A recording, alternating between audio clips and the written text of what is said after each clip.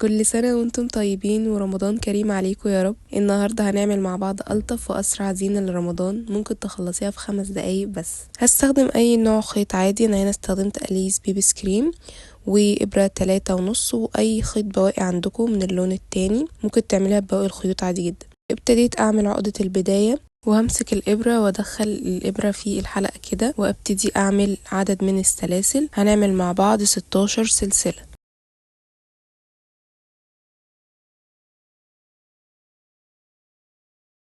في تاني سلسلة على طول من بعد الإبرة هنشتغل غرزة منزلقة، بندخل من جوه السلسلة وبعدين بنسحب الخيط وبنطلع. الغرزة التانية هنشتغل حشو. في الغرزة التانية أو اللي وراها هنشتغل حشو، وكمان اللي وراها هنشتغل حشو. كده احنا عملنا منزلقة وبعدين 3 حشو. الغرزة اللي بعد كده هنعمل تزايد حشو، يعني 2 غرزة حشو في نفس المكان. لما اقول تزايد يعني 2 حشو في نفس المكان او غرزتين في نفس المكان. الغرزتين اللي جايين هيبقوا حشو. دي اول غرزة هي هتبقى حشو واللي وراها على طول حشو. الغرزة اللي بعد كده هتبقى تزايد من تاني حشو. هنعمل غرزتين حشو في نفس الغرزة او في نفس المكان.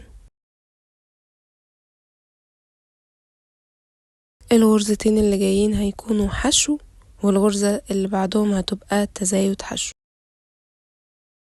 اهي الغرزة دي هنعمل فيها تزايد وغرزتين حشو. اخر 3 غرز هيبقوا حشو. الغرزة الاولانية حشو، التانية التالتة.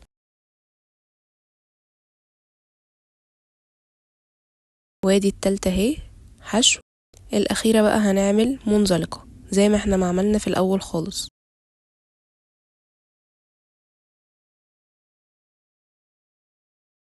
هروح قلبة الشغل للناحية التانية من غير ما ارتفع السلاسل ولا حاجة، وهسكب اول غرزة وهدخل في تاني غرزة واعمل منزلقة.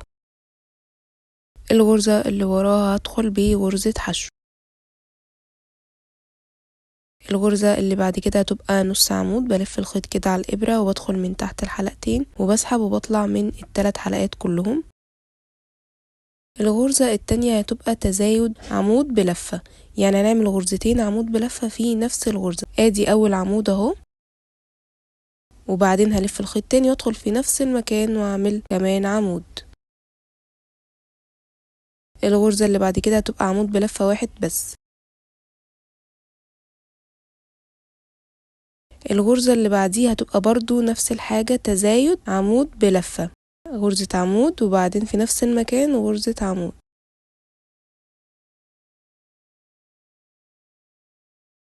بنكرر تاني وبعده هنعمل عمود بلفة بس واحد.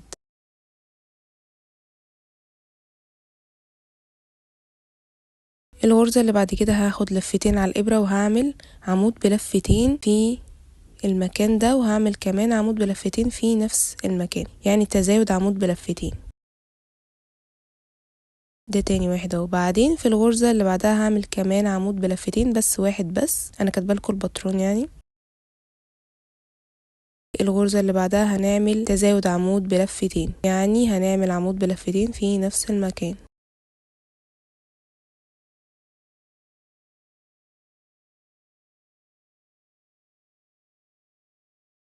بنطلع وبندخل من اخر حلقتين. بعدين هنعمل عمود بلفة واحد بس، وبعدين هنعمل 2 عمود بلفة في نفس المكان. بتلخبط الحتة دي، كانت بتلخبطني وانا شغالة. بعدين هنعمل عمود بلفة واحد بس، وبعدين 2 عمود بلفة في نفس المكان. ادي 1 وادي 2، وهنرجع نعيد نفس اللي عملناه في الاول. هنروح عاملين نص عمود بلفة في الغرزة اللي بعدهم،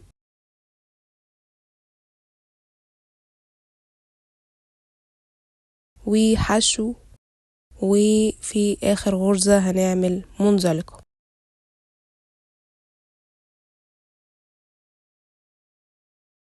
شايفين اخر غرزة؟ خلي بالكم منها. او حاولت ادخل من تحت الحلقتين وبعمل منزلقة. هنا اهو انا يعتبر خلصت القمر خلاص. هعمل بقى منزلقة حوالينه عشان يبقى الشكل الطف شوية. بدخل كده من كل الفراغ اللي بلاقيه قدامي، بدخل بمنزلقة لحد ما اوصل لاخر حاجة انا عملتها، لا يا ربي اول حاجة انا عملتها. وصلت للغرزة اللي قبل الاخيرة وهعمل فيها منزلقة، وبعدها اقطع الخيط عشان انا مش هعمل منزلقة في الاخيرة اللي انا بدأت فيها وبس. وهنضف بقى بواقي الخيط. هنبدأ بقى في جزء النجمة، وهنعمل دايرة سحرية. بلف الخيط كده بشكل اكس على ايدي، وبعدين بسحب الخيط من الحلقة وهشتغل بقى جوه الدايرة. اول حاجة هعمل 3 سلاسل عشان اشتغل جوه الدايرة بعواميد بلفة. هشتغل جوه الدايرة 11 عمود بلفة، وبدأت اول عمود اهو. بدخل من جوه الحلقة وبسحب من الحلقتين الاولانيين، وبعدين من اخر حلقتين وكمان عمود بلفة. بقعد شغالة كده عميد لحد ما يبقى التوتال كله 12 عمود بلفة بالسلاسل يعني. هروح بعد كده اسحب الخيط كويس، وفي الغرزة التالتة او في السلسلة التالتة هروح عاملة منزلقة. بعدين هرتفع 6 سلاسل،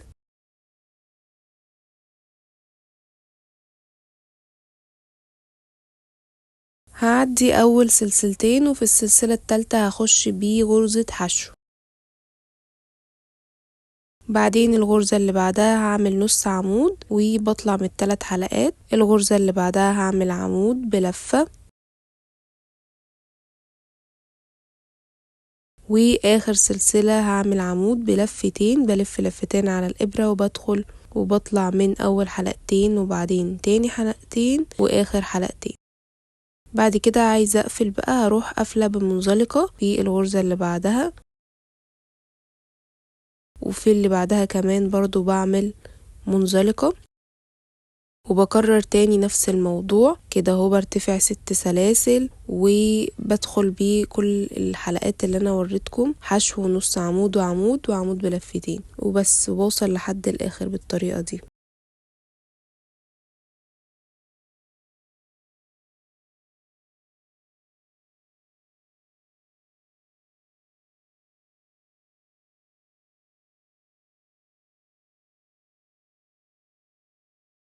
بوصل للاخر وبعدين هقطع الخيط وبس، هداري بواقي الخيوط دي.